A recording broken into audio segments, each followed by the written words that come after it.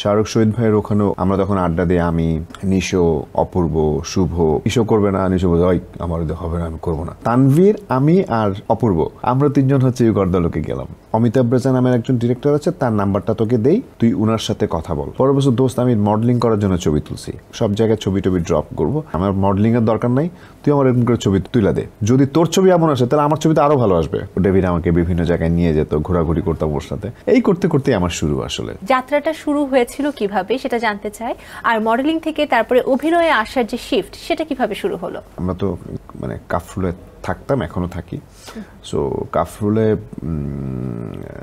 ওইখানে দেখা যাচ্ছে মাঝে মাঝে 1 ঘন্টা করে কারেন্ট থাকতো না, তখন আমরা আবার বের হয়ে, আমরা যখন কলোনিতে ছিলাম, কলোনি লাইফ লিড করতাম, তখনও কি হতো, যদি কারেন্ট চলে যেত দেখা যায় সবাই একদম সব বিল্ডিং থেকে নেমে নেমে দেখা যেত পুরো বাসার নিচে সবাই অনেক জড়ো হয়ে গেছে। ঠিক তেমনি কাফরুলে যখন এসছি তখন দেখা যায় এরকম কারেন্ট চলে যাওয়ার পরে ফ্রেন্ডরা মিলে ঘোরাঘুরি করতাম। একদিন হঠাৎ করে বাসা থেকে দূরে গেছে, একটু দূরে যাওয়ার পরে আমার ফ্রেন্ড আমাকে বলতেছে যে আমি বলছি যে তুই একটা কাজ কর, তোর বাসায় চল, একটু গিয়ে পানি খাবো।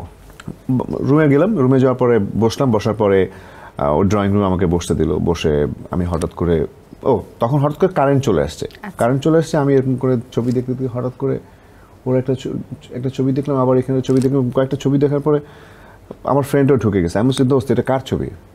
পরে বলো আমার। আমি চাই এটা তুই, একবার ওর দিকে তাকায়, একবার ওর ছবির দিকে তাকায়, একবার এই ছবির দিকে তাকায়, একবার এই ছবির দিকে। আমি বলছি না এটা তুই না, তো এখানে তো অনেক সুন্দর লাগতেছে তোকে।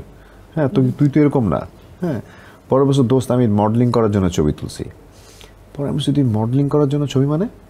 পরের বছর আমি মডেলিং করার জন্য এই সেশন করছি, এটা করে আমি এগুলো সব জায়গায় ছবি টবি ড্রপ করবো। এবং এটা তখন আমার কাছে মনে হচ্ছে ঠিক আছে ভাই, আমার মডেলিংয়ের দরকার নাই, তুই আমার এরকম করে ছবি তুলে দে, যদি তোর ছবি এমন আসে তাহলে আমার ছবিতে আরও ভালো আসবে। হ্যাঁ মানে আমি আমার ফ্রেন্ডটাকে বলতেছি।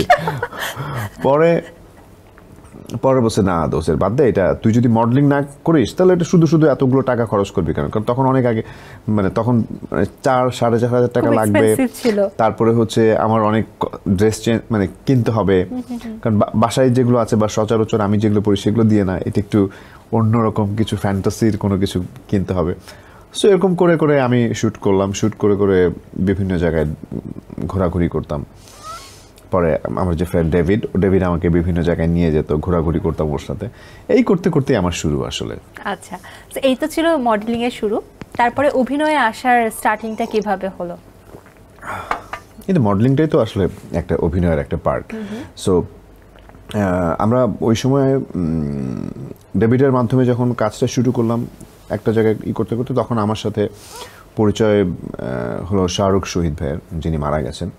শাহরুখ শহীদ ভাইয়ের ওখানেও আমরা তখন আড্ডা দিই, আমি, নিশো, অপূর্ব, শুভ্র, রকি, তানভীর, এরকম আমরা এই 10-12 জন আমরা আড্ডা দিতাম। সো ওইখান থেকে আমাদেরকে শাহরুখ শহীদ ভাই বললো যে তোরা সবগুলো গর্দালোকে মানে পার্টিসিপেট কর।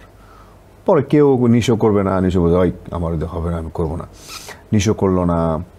তারপরে রকি, তানভীর, আমি আর অপূর্ব আমরা তিনজন হচ্ছে গর্দালোকে গেলাম। পরে ওখানে গিয়ে অপূর্ব সেকেন্ড হলো, আমি তানভীর 4th 5th হলাম। তারপর ওখান থেকে আমার এক ফ্রেন্ড ছিল সুমাইয়া, ওর মাধ্যমে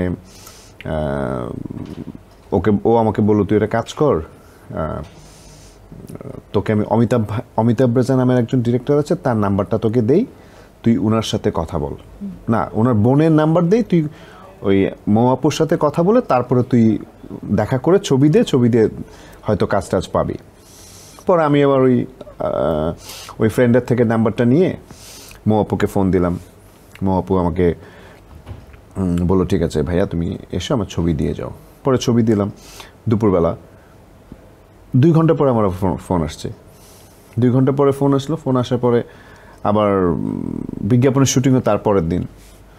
মানে এরকম করতে করতেই হয়ে গেছে আর কি। যেটা হচ্ছে তখন আমি অপূর্ব যে বিজ্ঞাপনটা করেছিলাম নেসক্যাফে কফির, ওইটা বাংলায় করা বাংলাদেশের প্রথম কোনো টিভিসি ছিল এবং এটা মানে হিউজ মানে সাড়া ফেলেছিল। এইভাবেই